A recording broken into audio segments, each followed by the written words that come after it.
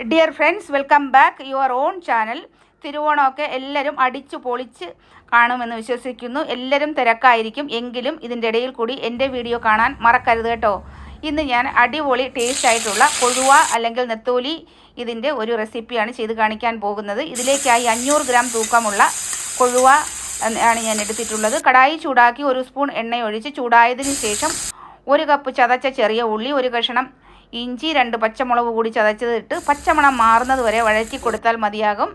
അതിനുശേഷം കുറച്ച് കറിവേപ്പിലയും 2 തക്കാളി ചെറുതായിട്ട് അരിഞ്ഞത് കൂടി ഇട്ട് ഇളക്കി പച്ചമണം മാറുന്നത് വരെ നമ്മൾ വഴറ്റിയെടുത്താൽ മതിയാകും.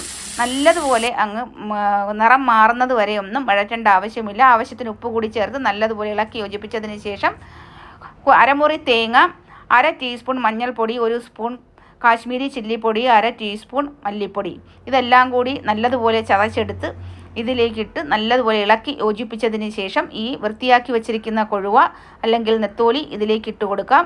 ഇതുകൂടി നല്ലതുപോലെ ഇളക്കി ഒന്ന് യോജിപ്പിച്ചതിന് ശേഷം ഒരു 5 മിനിറ്റ് ലോ ഫ്ലെയിമിൽ അടച്ചു വയ്ക്കാം. 1 സ്പൂൺ കുരുമുളക്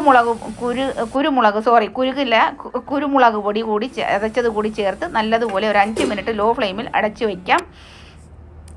ഈ നെത്തോലിക്ക് നിങ്ങളുടെ നാട്ടിൽ വെറൈറ്റി ആയിട്ടുള്ള എന്തെങ്കിലും പേരുണ്ടെങ്കിൽ കമൻറ്റ് ബോക്സിൽ കമൻ്റായിട്ട് ഇടാൻ കൂടി മറക്കരുത് കേട്ടോ. 5 മിനിറ്റ് കഴിഞ്ഞതിന് ശേഷം നമ്മൾ ഓപ്പൺ ചെയ്ത് നോക്കിയാൽ ഇതുപോലെ വെള്ളം ഒന്ന് ഊറി വരും. ഈ വെള്ളം മാത്രം മതിയാകും വെന്ത് കിട്ടാനായിട്ട്. വീണ്ടും ഒരു 5 മിനിറ്റ് ലോ ഫ്ലെയിമിൽ അടച്ചു വെച്ചാൽ മതിയാകും. നന്നായിട്ട് വെന്ത് ഇതിൻ്റെ വെള്ളമൊക്കെ വറ്റി നല്ല പാകമായിട്ടായിരിക്കും കിട്ടുക. 10 മിനിറ്റ് നമ്മൾ ലോ ഫ്ലെയിമിൽ വച്ചാൽ മതിയാകും. ഇത് പെട്ടെന്ന് വെന്ത് കിട്ടും. അതിനുശേഷം 1 ടേബിൾ സ്പൂൺ പച്ച വെളിച്ചെണ്ണ, നാടൻ പച്ച വെളിച്ചെണ്ണ, കുറച്ച് കറിവേപ്പില കൂടി ഇട്ട് ഇളക്കി യോജിപ്പിച്ചെടുത്താൽ അടിപൊളി ടേസ്റ്റ് ആയിട്ടുള്ള നെത്തോലി റെസിപ്പി ഇവിടെ റെഡി ആയിട്ടുണ്ട്. ഇഷ്ടപ്പെട്ടാൽ നിങ്ങളിതിന് ലൈക്ക് അടിക്കാൻ മറക്കല്ല്. അതുപോലെ തന്നെ ഇത് ചോറുണ്ണാനായിട്ട് ഇത് ഒരൊറ്റ എണ്ണം മാത്രം മതിയാകും. ഇഷ്ടപ്പെടാത്തവർക്കും ഇത് ഇഷ്ടപ്പെടും. നിങ്ങളുടെ കൂട്ടുകാർക്കും ഫാമിലിക്കും റിലേറ്റീവ്സിനും ഒക്കെ ഷെയർ ചെയ്ത് കൊടുക്കാനും സബ്സ്ക്രൈബ് ചെയ്യാതെ കാണുന്നവരാണെങ്കിൽ ഒന്ന് സബ്സ്ക്രൈബ് ചെയ്ത് ഹെൽപ്പ് ചെയ്യാനും കൂടി മറക്കല്ലേ. Thank you for watching.